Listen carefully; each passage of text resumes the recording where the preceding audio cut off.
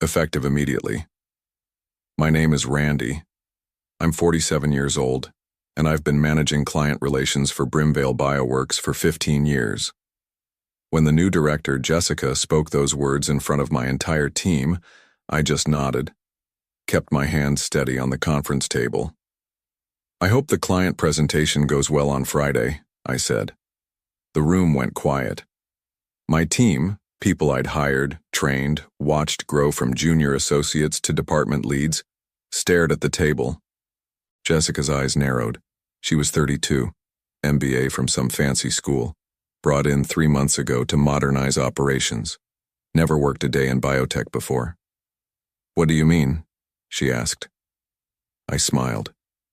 "You'll figure it out." I walked to my office and started packing. 23 years of work fitting into 2 cardboard boxes. Photos of successful product launches, awards from satisfied clients. The coffee mug my daughter gave me that said, "World's Best Dad." Jessica followed me, hovering in the doorway like she wanted to say something but couldn't find the words. "Randy, about the Hollowgate account." "Not my problem anymore," I said, taping up the first box. She left me alone after that. My team filtered by one. They didn't say much, just quiet handshakes and promises to stay in touch. Beth, my senior analyst, lingered the longest. "This is wrong," she whispered. "It's business," I told her. But we both knew it wasn't. The truth was, I'd seen this coming for weeks. Ever since Jessica arrived, she'd been undermining me in small ways, scheduling meetings without me, questioning my decisions in front of clients. Last week, she'd suggested to upper management that my old-school approach was holding the company back. What she didn't know was that I'd been keeping detailed records. Every slight, every attempt to cut me out. I'd also been preparing for the worst-case scenario, because in 15 years of managing million-dollar accounts, you learn to plan for everything. I loaded my boxes into my truck and drove home. My wife, Helen, was waiting with coffee and the kind of look that said she already knew what happened. "How bad?" she asked. "Could be worse," I said. But sitting there in my kitchen looking at those boxes, I felt something I hadn't felt in years. Not anger, not sadness, something sharper. Jessica had made a mistake, a big one, and she wouldn't realize it until Friday morning when Hollowgate Systems called asking where their presentation was. The presentation that only I knew how to deliver. I'd started at Brimvale straight out of college. Back then, it was a small company with big dreams and bigger problems. The founder, old William Brimvale, took a chance on a kid with no experience but plenty of hunger. I spent my first 5 years learning everything: lab procedures, regulatory compliance, client psychology. By 30, I was running the client relations department. By 35, I was the guy companies called when they needed biotech solutions fast and done right. I'd built relationships that kept Brimvale afloat during the recession of 2008. When competitors folded, we thrived because our clients trusted me. Helen understood the demands, the late-night calls from overseas clients, the weekend trips to secure new contracts. She raised our daughter, Casey, while I built something that mattered, something that provided for our family and employed 63 people. But things started changing when William retired 2 years ago. His son, Marcus, took over as CEO and brought in consultants who spoke in buzzwords and saw employees as line items. Jessica was one of those consultants who'd somehow convinced Marcus she could optimize our client engagement strategy. The warning signs were there from day one. She'd arrive at client meetings with no background knowledge, then interrupt me mid-presentation to suggest changes that made no sense. She reorganized my filing system without asking. Worst of all, she started scheduling calls with my biggest clients, claiming she needed to assess their satisfaction levels. 3 weeks ago, I'd walked into the office early and heard her on the phone with someone from corporate. "Randy's methods are outdated," she was saying. "The clients respect him, but they need fresh thinking. I can deliver the same results with half the overhead." Half the overhead meant cutting my team. People like Beth, who'd worked nights to master the Hollowgate account specifications. Or Tom, who'd learned Mandarin just to communicate better with our Shanghai partners. I should have confronted her then. Instead, I did what I always did. I focused on the work. The Hollowgate presentation was our biggest pitch of the year. A $30 million contract for specialized biosensors. I'd been preparing for 8 months, building relationships with their technical team, understanding their exact requirements. Jessica knew about the meeting, but not the details. In her mind, presentations were PowerPoint slides and generic talking points. She didn't understand that Hollowgate's chief technology officer hated formal presentations, that their procurement director only trusted vendors who could speak her language. Precise, technical, no fluff. The irony was perfect. Jessica had fired me to look decisive and forward-thinking. But Friday morning, when Hollowgate called asking for Randy specifically, she'd learned the difference between managing people and managing relationships. Thursday night, I couldn't sleep. Not from worry, from anticipation. Helen found me in the kitchen at 2 a.m., sitting with a cup of coffee and my laptop.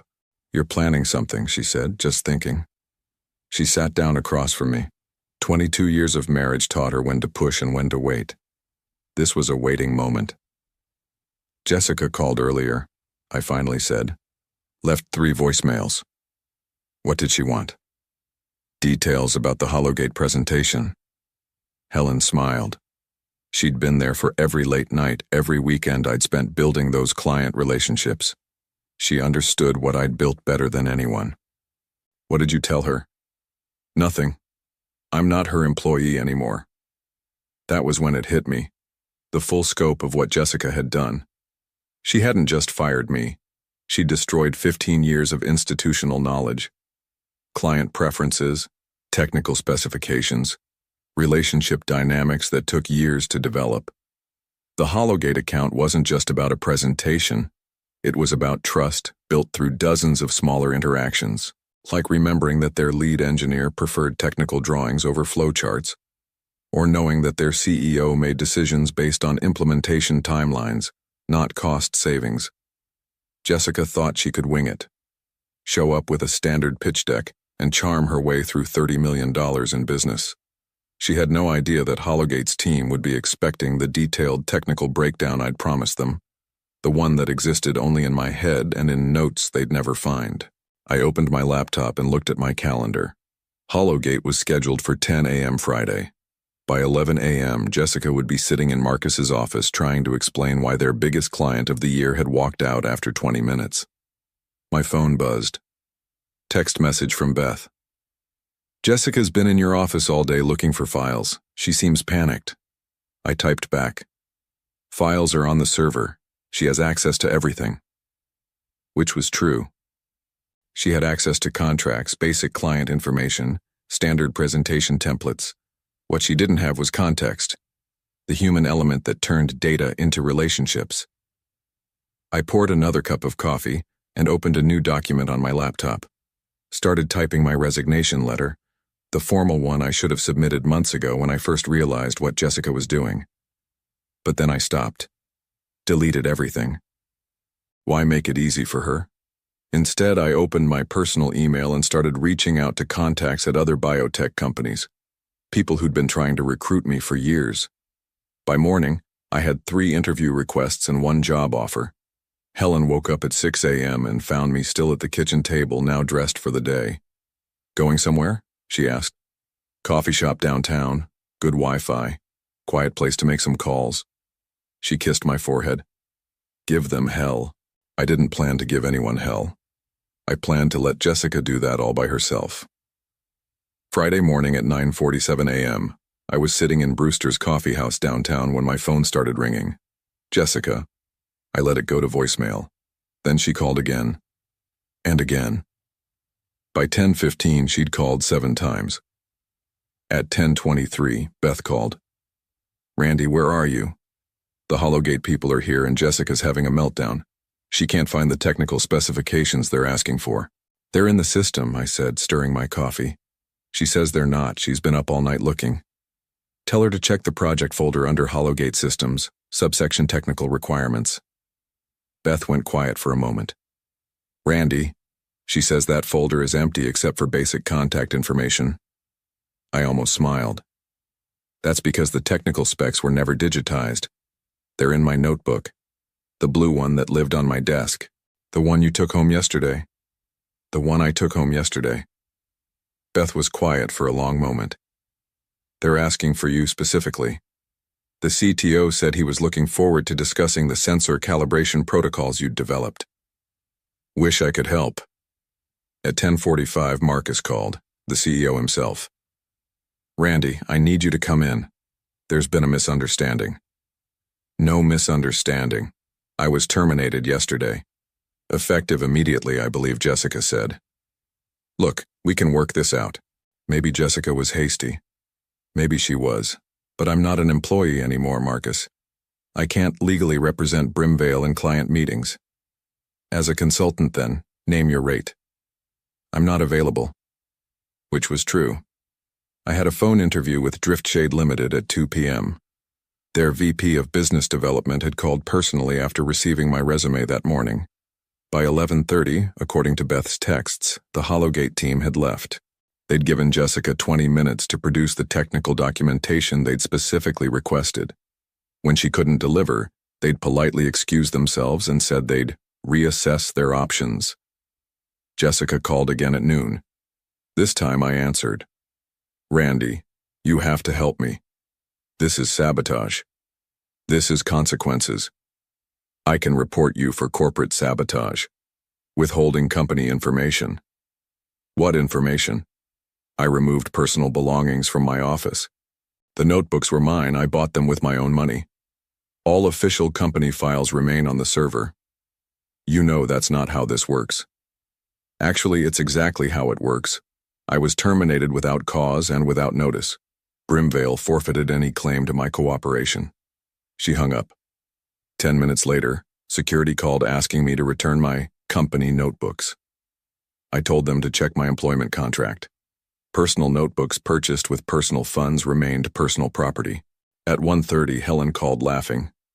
Casey just texted me. She saw Jessica on LinkedIn posting about exciting new opportunities at Brimvale. Apparently she's trying to spin this as a positive restructuring. How's that working out? 3 of your former clients have already posted asking where you went. Word travels fast in biotech. By 3 p.m., after a very promising phone interview with Driftshade, I had my answer to Jessica's earlier question about sabotage. This wasn't sabotage. Sabotage implied I'd actively worked to damage something. I'd done nothing except take my knowledge with me when they showed me the door. The fact that Jessica hadn't bothered to learn how the department actually functioned, that was her choice. The fact that she'd fired the only person who understood the intricacies of their biggest accounts, that was her decision. I'd spent 15 years building something valuable. Jessica had spent 15 minutes destroying it. Now she was learning what that knowledge was actually worth. My phone buzzed with another text from Beth. Hollowgate called. They want to know if you're available for freelance consultation. Apparently they're very unhappy with Brimvale's lack of preparation. I typed back, tell them I'm not available. But they might want to consider Driftshade Limited for their biotech needs. Sometimes the best revenge is simply stepping out of the way and letting people face the consequences of their own actions. Saturday morning brought clarity in the form of a phone call from Tom, my former colleague from the Shanghai team. Randy, I need to tell you something, he said. I probably should have told you weeks ago. I poured coffee and sat down. I'm listening. Jessica's been calling our international clients. Not for relationship building, for information. She wanted to know about contract terms, renewal dates, pricing structures. Things she should have learned from internal files. The picture became clearer. What else? She asked me to send her copies of all my client correspondence, said it was for quality assurance review. When I told her that was already logged in the CRM system, she insisted she needed the originals. I felt something cold settle in my stomach. Did you send them? No, but Randy, I think she was building a case against you, trying to prove you were hiding information or mismanaging accounts. That explained the sudden interest in my methods, the questions about my client relationships. Jessica hadn't been trying to learn from me. She'd been trying to replace me with documentation she could control. There's more, Tom continued. Yesterday, After the Hollowgate disaster, she called an emergency meeting, told everyone that you deliberately withheld critical information to sabotage the company. And Beth shut that down fast, pointed out that you'd offered to train Jessica on all your accounts when she first arrived. Jessica had declined, saying she preferred to develop her own approaches. I remembered that conversation. 3 months ago, I'd spent an entire weekend preparing training materials for Jessica. Detailed client profiles, communication preferences, technical requirements. She'd glanced through them and said traditional relationship management was too time-intensive for modern business practices. "What's the mood in the office?" I asked. "Tense. Marcus called an all-hands meeting for Monday. Word is he's bringing in external consultants to assess the client relations crisis." After Tom hung up, I sat thinking about the deeper implications. Jessica hadn't just fired me impulsively. She'd been planning it for weeks. The Hollowgate presentation was supposed to be her proof that she could handle my responsibilities. A successful meeting would have validated her approach and justified my termination. Instead, it had exposed how little she understood about the work she'd inherited. My phone rang. Driftshade Limited.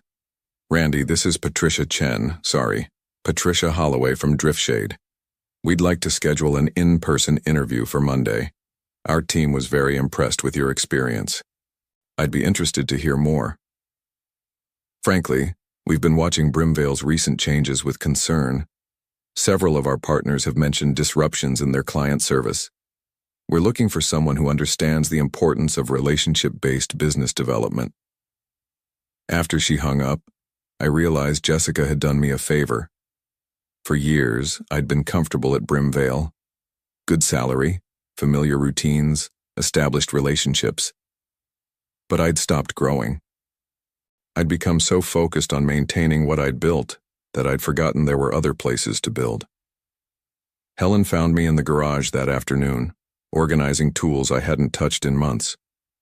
"Productive day?" she asked. "Enlightening day. I have an interview Monday with Driftshade. They're offering a 20% salary increase and equity options." "That's wonderful, but you don't seem happy about it." I put down the wrench I'd been holding. "I keep thinking about my team. Beth, Tom, the others. They're good people caught in Jessica's mess.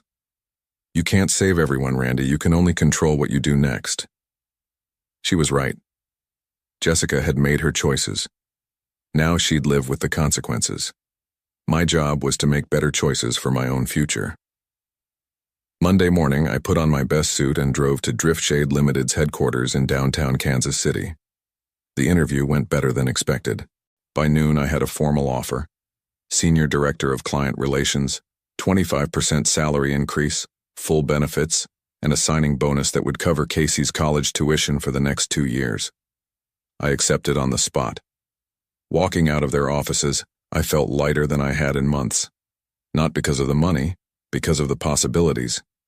Driftshade was growing fast, landing contracts with pharmaceutical giants and research universities. They needed someone who understood how to build lasting client relationships in a competitive market. Someone exactly like me. My phone buzzed with a text from Beth. "Brimvale stock dropped 3% this morning. Word about Hollowgate is getting around." I wasn't surprised. In biotech, reputation traveled fast. Lose one major client through poor preparation, and others started questioning your reliability. Jessica's modernization was looking more like incompetence with each passing day.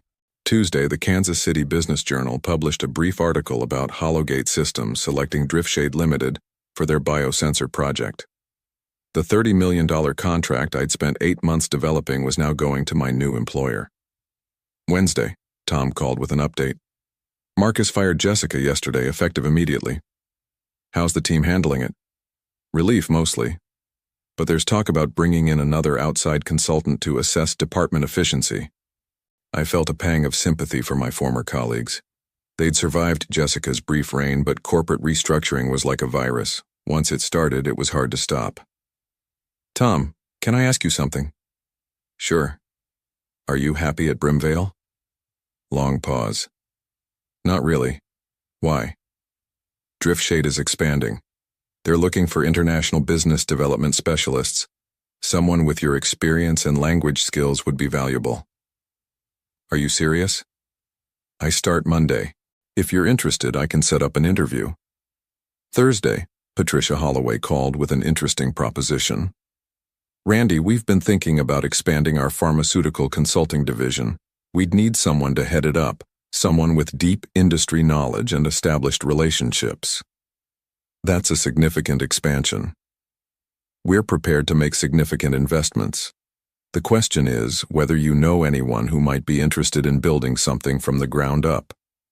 I thought about Beth, about her expertise in regulatory compliance and her frustrated ambition, about how Jessica had passed her over for promotion 3 times.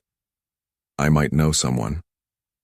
Friday afternoon, I drove to Brewster's Coffee House, the same place where I'd watched Jessica's world collapse a week earlier. This time I was meeting Beth. Randy, I can't believe what you're offering. Believe it. Driftshade wants to build a pharmaceutical consulting division. You'd be the founding director. Full autonomy, competitive salary, and the chance to build something significant. What about Tom? Already accepted. He starts Monday as International Business Development Manager. Beth stared at her coffee for a long moment. Marcus offered me your old position yesterday, department head for client relations. Are you taking it? I was planning to. Until now. Brimvale will be fine. They'll hire someone new, rebuild what they lost. But it'll take years. And Driftshade? Driftshade is moving forward, with or without us. The question is whether we want to be part of building something new or fixing something broken. She smiled for the first time since I'd known her. When do I start? By the end of the week, Driftshade had hired 3 former Brimvale employees, not through poaching or recruitment, through opportunity. We weren't running from something. We were running toward something better. Jessica had taught us all a valuable lesson about the difference between managing people and leading them. Now we had the chance to put that lesson to use. 3 months later, I was sitting in a conference room at Driftshade's expanded offices, reviewing quarterly results with Patricia Holloway and the executive team. The numbers were impressive. Pharmaceutical consulting division up 200%, international contracts increased by 150%, client satisfaction scores at an all-time high. Randy, your team has exceeded every projection we made, Patricia said. The Hollowgate implementation alone has generated 5 new contract inquiries. Beth, now director of pharmaceutical consulting, smiled from across the table. The regulatory approval process went smoother than anyone expected. When clients see that kind of efficiency, word spreads fast. Tom joined by video from Shanghai, where he was closing a deal with a major research hospital. The international expansion is ahead of schedule. We're looking at 3 new markets next quarter. That afternoon, I received an unexpected email. Marcus Brimvale wanted to meet for coffee. We met at Brewster's Coffee House. It seemed appropriate. Marcus looked older, more tired than I remembered. Randy, I owe you an apology, he said. I made a mistake with Jessica, a big one. How's Brimvale doing? Surviving. We lost 4 major clients after the Hollowgate situation. Had to lay off 15 people. Stock price still hasn't recovered. He stirred his coffee slowly. Jessica cost us more than clients. She cost us institutional knowledge, relationships that took years to build. You can rebuild. Maybe, but it won't be the same. He looked up. I heard about your success at Driftshade, the pharmaceutical division, the international expansion. That should have been Brimvale's growth. I didn't say anything. There wasn't much to say. Would you consider coming back? I could offer you Jessica's position, VP of Operations, full authority over client relations, business development, everything. I'm happy where I am, Marcus. Double your current salary. It's not about money. He sat back in his chair. Then what is it about? Trust. When you hired Jessica, you chose to believe that relationships don't matter. That experience can be replaced with efficiency. That was your choice. I was wrong. Yes, you were. But the damage is done. Your clients don't trust Brimvale anymore. Your employees don't trust leadership. And frankly, I don't trust you not to make the same mistake again." Marcus left without finishing his coffee. As I watched him walk away, I felt something I hadn't expected: pity. He'd learned an expensive lesson about the value of experience and loyalty. 6 months after my termination, Driftshade Limited announced a major acquisition: the pharmaceutical consulting assets of 3 smaller biotech firms, creating the largest independent consulting practice in the Midwest.